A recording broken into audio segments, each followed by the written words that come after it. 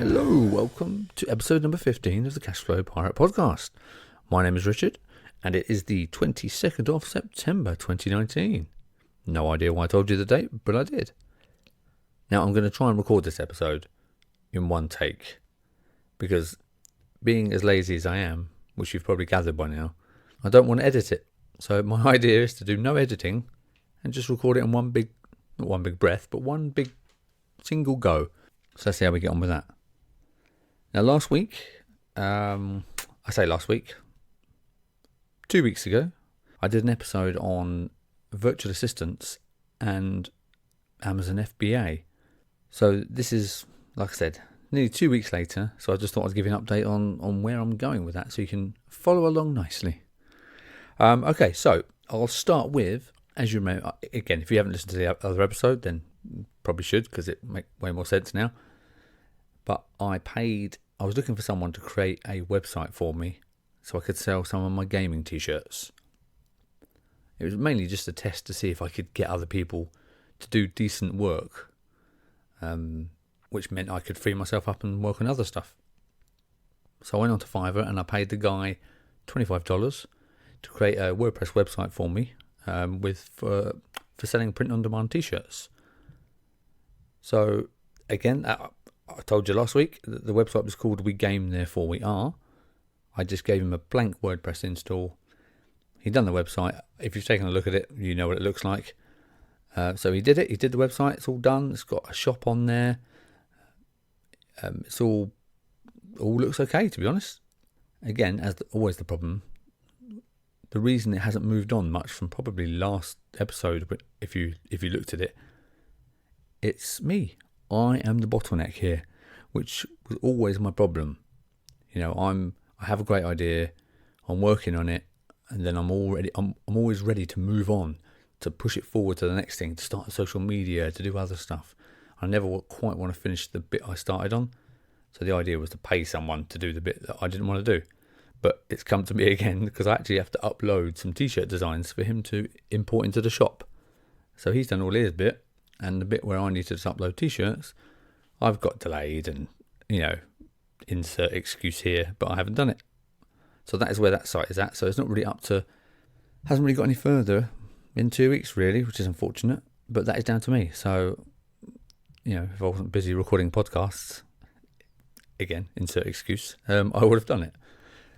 So that is a shame, but it just goes to show 2 weeks have gone past already and I thought it's moving on well. And then you look at it and I've got 3 designs up. Why have I done that? Why am I so lazy? Anyway, so that is it. That's the only update I really have for the We Game Therefore We Are. So the next bit, let's move on to Amazon merch. I'm not going to explain what Amazon merch is. I've said it a few times in these podcasts. If you don't know, just Google it, check it out yourself, or listen to a previous episode.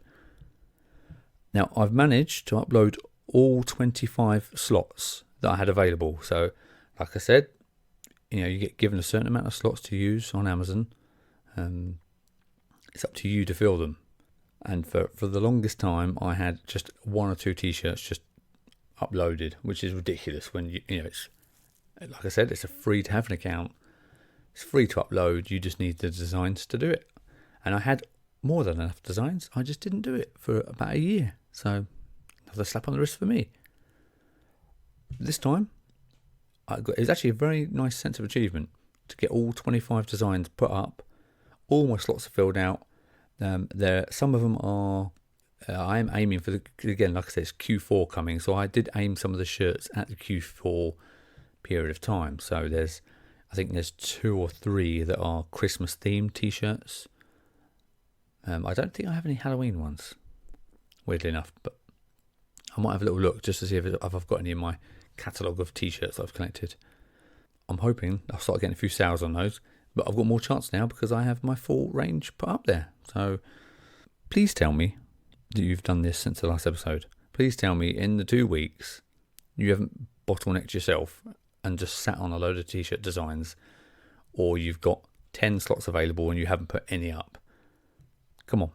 Now, I know last episode there was a lot of this. Come on, get on with it. And you need to. So make sure, like I said, we're really getting close to the Q4 now, so you need to get those designs up. And if you haven't applied, you might be pushing it. If you haven't applied already, you're probably not going to get the deadline in time, because it does take quite a while. It can take weeks and weeks to get approved. It might be a week, so it's still worth applying, but just don't get your hopes up if you haven't already got a merch account. But if you have, get those slots filled. That should be the title of this podcast. Get those slots filled. Right, so that's Amazon merch. There's been no sales so far, by the way, just to tag on the end. So as encouraging that might be, I still don't have any. But like I said, the shirts are up. I can kind of forget about Amazon merch for a little bit now and concentrate on what I'm doing with my other stuff.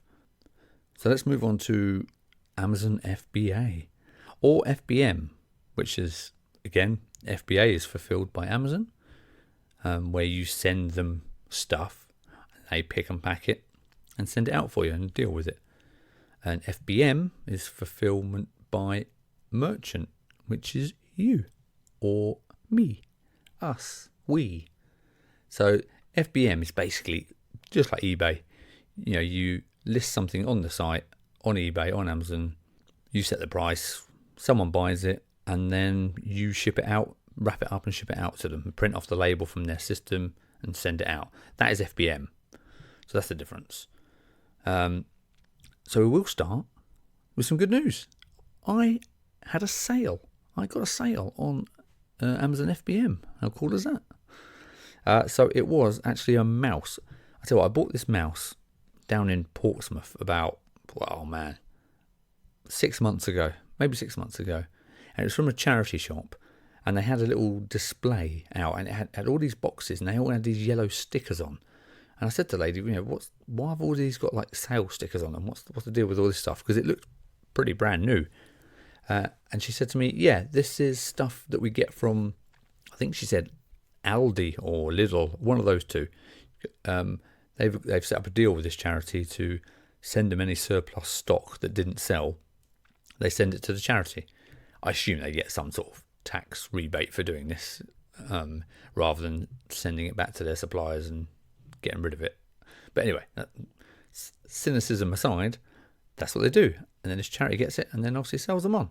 So I picked up 2 like gaming mice, Phoenix or Phoenix gaming. I don't know what they were called. I can't remember. But they were boxed, brand spanking new, boxed, in a good condition. So I picked up 2. They only had 2. Otherwise, I would have bought more. I picked them up for £4 each. And I listed it on. This is how long I've been trying to do this. I listed it on Amazon probably March, April time.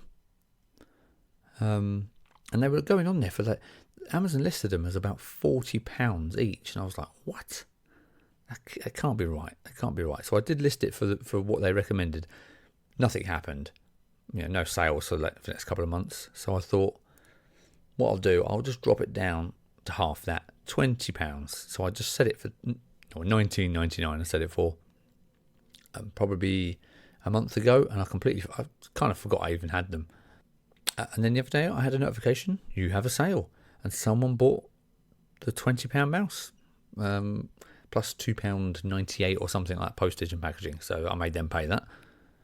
So I think I came out with, after fees, with £12 something. £12. I did make a note. £12.06 profit. Obviously, you got to minus the £4 the original investment, but still, it's like £8 profit. Not bad. Okay, that's all right. Considering I forgot about it, which is nice. So I had to use for the first time.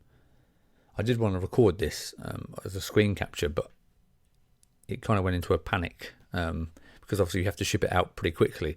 So I wasn't ready to sit and do a recording because I was figuring it out myself. But you have to install some of their printer software, and then you can just print the labels off on Amazon, just like eBay. If you've ever done eBay, you get a sale, you print the packing slip, you buy the postage again through the Amazon, through the same page. You buy the postage, print it onto a label, and then because it's FBM, fulfilled by merchant, God, all these merch words, it's up to you to pack it and post it, which I did. I sent it off, recorded delivery, so because it gives me, I might have lost £1 or £2 on that, but I wanted to make sure it was recorded and got there okay. So I did that. That's been sent off. All looks good so far. No return yet, but it's been about 5-6 days. So wait and see on that one. But that's good news. There you go. To prove the system works, as it were. So that was pretty inspiring because, of course, then I started looking at all the other stuff I've got. I must send it to Amazon, which I haven't done yet. Again, I'm the bottleneck. Right. So that's that. That's the little bit of good news out of the way. Now, obviously, I've been doing a lot of FBA research. And I've kind of learned a couple of quite important things, which I think are quite important. So I've worked out that it's actually better if you plan to do this. If you plan to do FBA, it's better to set up a brand new account, because you don't want, if you're selling FBMs, if you're selling, like I just did then, where you're just sending out yourself. If you're doing FBM and FBA on the same account, all your money kind of goes into one big pot, and it's kind of hard to keep track of what the hell's going on. So you're better off, I'm going to use my personal account to do this FBM stuff. So anything I can buy and just list and sell, I'm going to do that on my personal account.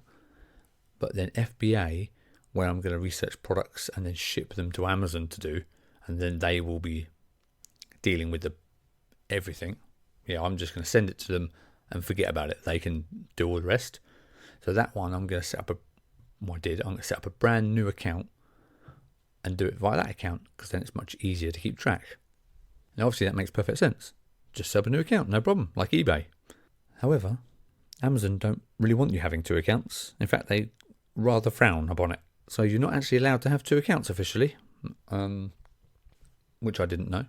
I had two accounts for ages, but it was not used. But a good job I found this out beforehand, because they can, according to their policies, they can just completely shut your account down. And it has happened to people.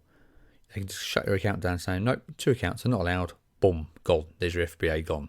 So what you need to actually do is, I contacted Amazon on their help pages, and they have like a little live chat. And it turns out that you need to request permission from Amazon to have the second account. So you've actually got to get written permission from them that you are allowed to do this.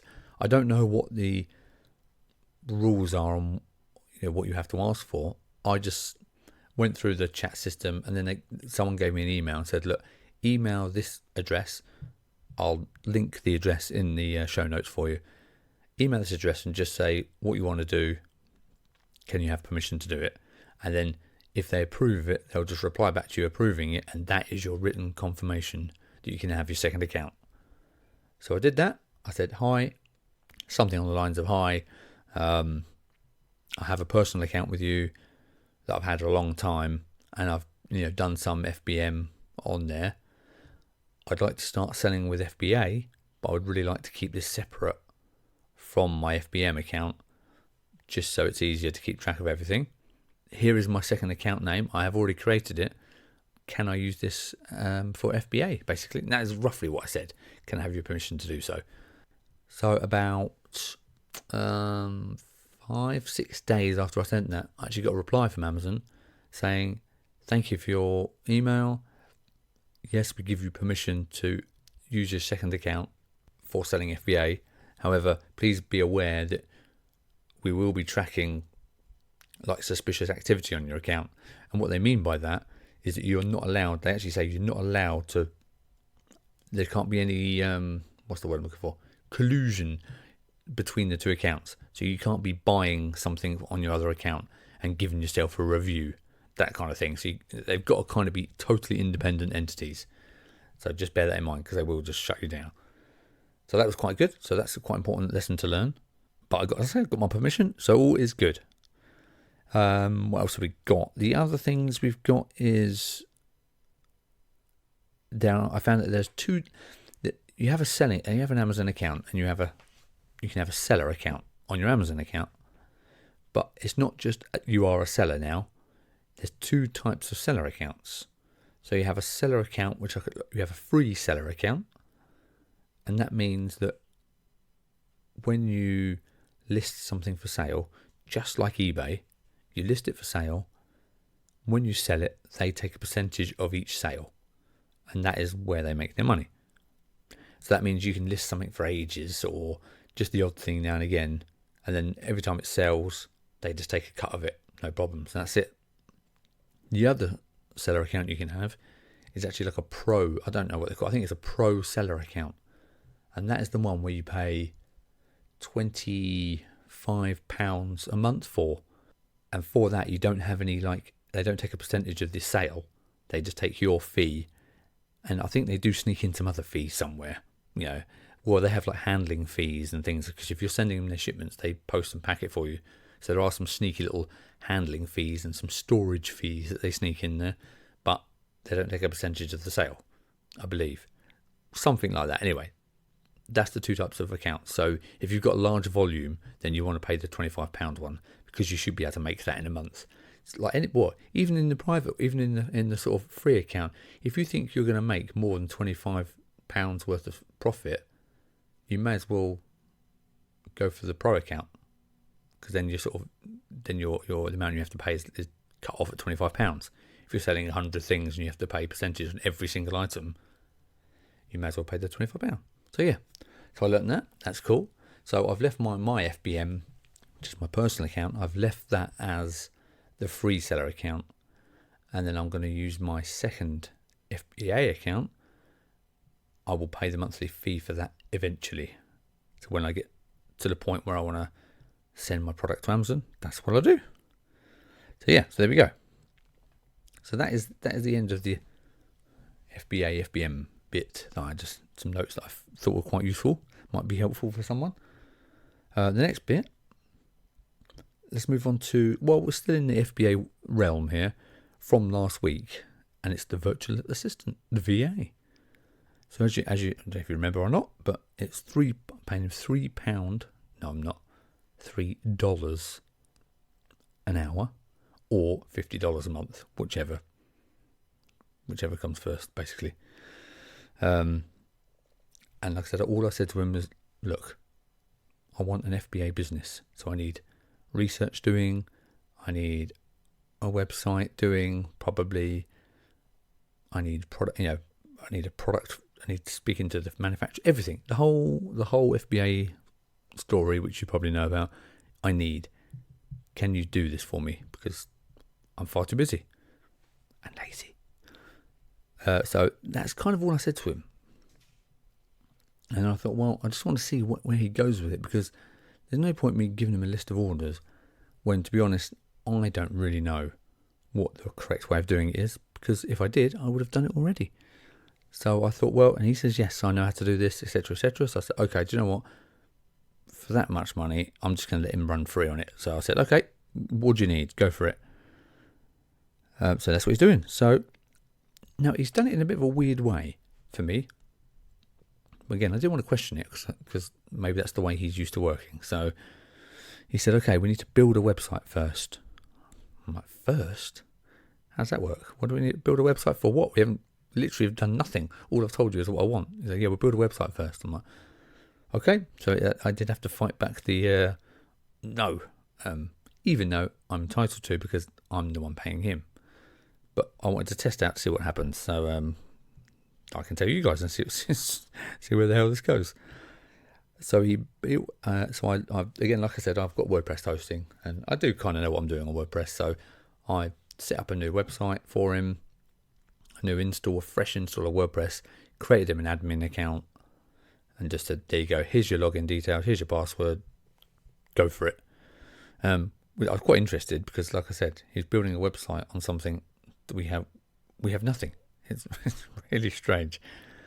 So he says to me, okay, so I've come up with a load of names for the website. Which ones do you like? And again, very weird. How can I say which name I like when we don't even have a product? We don't even have a target audience. So it's not like we can say, yeah, we're going to target golfing. So we'll do like a golf pun or a golf themed name, or something like that. It was just pluck a name out of thin air for something that doesn't exist. Very, very hard. So we just found like a generic name. To be fair, he gave me about 10 options and said, do you like any of these? And one of them jumped out, and I was like, oh, I like that one. I won't tell you what it is yet, But don't worry, I will tell you what the website is. But I want to let him finish it first and get to a stage where I know what the hell's going on. So I picked a name. I bought the domain, which again, the prices of domains can be like £9 a year to £18 a year, depending on which deal you get, etc. So I bought the domain, done. Set up the WordPress website on it. Again, like I said, gave him the login details, all that stuff, done. So I have a domain name with a WordPress install put on it, with no content, no product ideas, no research done, nothing. So it's all it seems to be going backwards here. Now, the next thing he says, oh, have you got an Amazon affiliates account? And an Amazon affiliates account is, if you don't know, basically like a link commission. So go back to our golfing website. If I had a golfing website and I said, these clubs are amazing, these are the ones I use, and you come along and go, oh wow, he uses these ones, that's great, and I say click here to buy these clubs, that link sends you to Amazon and you go, that's exactly the ones I wanted, I'll buy them. That link that I listed would have been an affiliate link, which means if you buy the item that I'm linking to via that link, then I get a really tiny percentage of the sale. So I might get 10p out of that 50 quid sale that you've just completed. But that's it. So that's all it is. It's just a link, your personal link to a product. So I said, no, I don't. I do actually have an affiliate account years ago when I was trying to do an affiliate website. Believe it or not. What a surprise. I've tried something else and didn't continue it.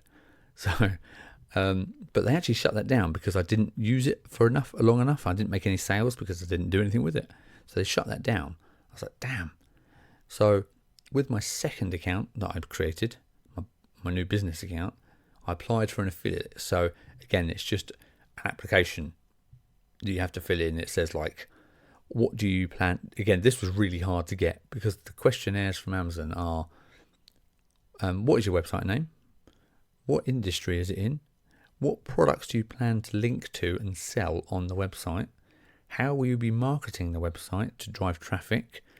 How are you going to be collecting email addresses? All these questions. And I had to answer them for a fictional website that I had no idea what any products were. So when it said, what industries are you in? I was like, just general shopping, e-commerce. I had no idea. I just ticked a couple of boxes. And it says, what products will you be selling? I'm like, I don't know. So again, I picked all the safe options. So I basically didn't pick anything to do with food or knives or weapons or anything silly like that. I don't think I even did electronics. But I just covered like books, clothing, jewelry, games and toys, all those kind of more generic areas, but quite a few of them. So I selected all those, ticked a few boxes, said, yes, I'm outside the UK. No, I didn't. Yes, I'm inside the UK. So I did that and hit apply. Then I realised, okay, this is another important lesson for you. When you apply, on the application screen in the top right corner, there's a little drop down with each marketplace that Amazon are at. So I had it set to the UK market because that's where my account was. So I'd done the application and that's it. And then I realised if you do that only applies for the UK market, UK Amazon. And with the FBA stuff, I'm going to be targeting the USA just because it's a bigger market and it's easier to ship from China. So I was like, oh no. So I had to do the drop down and then you have to apply again, exactly the same questions for each marketplace that you want to sell on. So I had to do exactly the same again, but for the US market. And then at the end, they ask you what do you want to call this account? So I just made sure I put USA in the name, so then I could differentiate between the two accounts. So I did that. A couple of days later, was it a couple of days later or was it instant? I don't know. Anyway, I got accepted for both of those. That's all fine. So I gave those details to my VA and said, here you go. Here's the affiliates thing. He was like, brilliant. And off he went. A couple of days later, he sent me a message and just sort of said, okay, I've started uploading products now. I'm like, what products are you talking about? what's going on? So, so I got onto the website, and he's imported all the demo content on the website. Or actually, just before that, he says to me, "Look, will you buy? I want to put because obviously on WordPress you need to install a theme. You don't have to, but you kind of do. You need to install a theme to build the site on, if you know what I mean." So he says to me, will you buy this theme for the shop? Again, for a shop I don't have. And it's $60. I was like, oh man.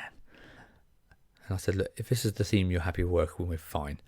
So I bought the theme, sent him the details of it.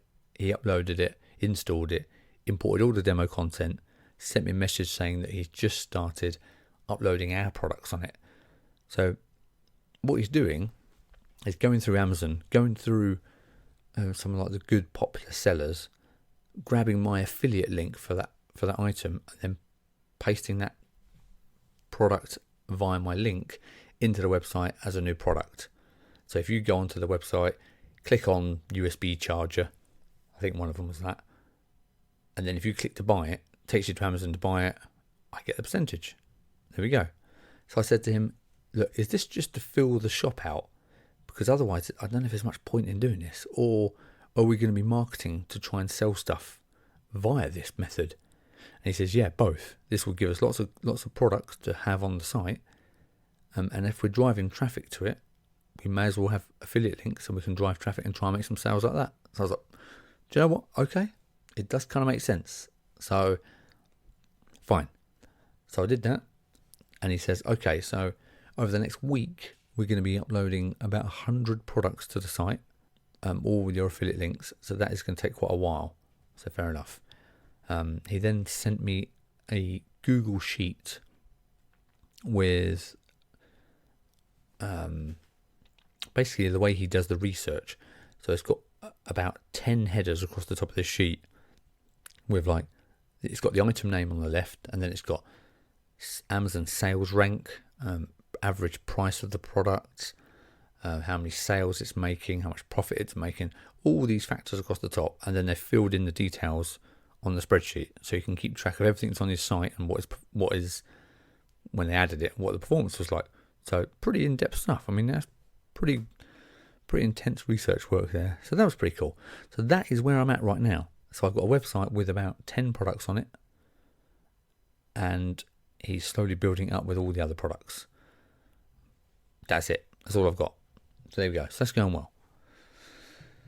Which again is pretty good for that value. Again, I don't know where I say it's good value. I don't know where it's going because, like I said, it seems to be going backwards. It's a really, really odd way of doing it.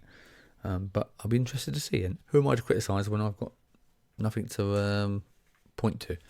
So we'll see where that goes. Right, so we're doing quite well so far because there's been no breaks. This is still one take, which is pretty good. But I've got the last bit to do yet, so let's not count our chickens too soon. Right. Now, so that's basically my update. That's all I have for you this week. Anyway, I even made some notes. Look at this. Check me out. I did want to mention. I said last week I did want to mention Fleep again, which is Fleep, as a bit of software. So that is what I'm using to communicate with the VA and the other guy who's doing the other website. So it's just like again, if you know Slack. It's like Slack. If you don't know Slack, it's like it's almost like kind of like WhatsApp. That's a really terrible description. It's kind of like WhatsApp for the PC, but there's also a mobile app as well. So when I've got my PC open, Fleep is running, and it's just like a chat system. So he can chat to me whenever he wants. He can upload files to it. You can set tasks for people, all that type of thing. So it's just a chat system, really, but it's totally free. The starter package is totally free, and it's doing everything that I need it to do. So it's a really good way of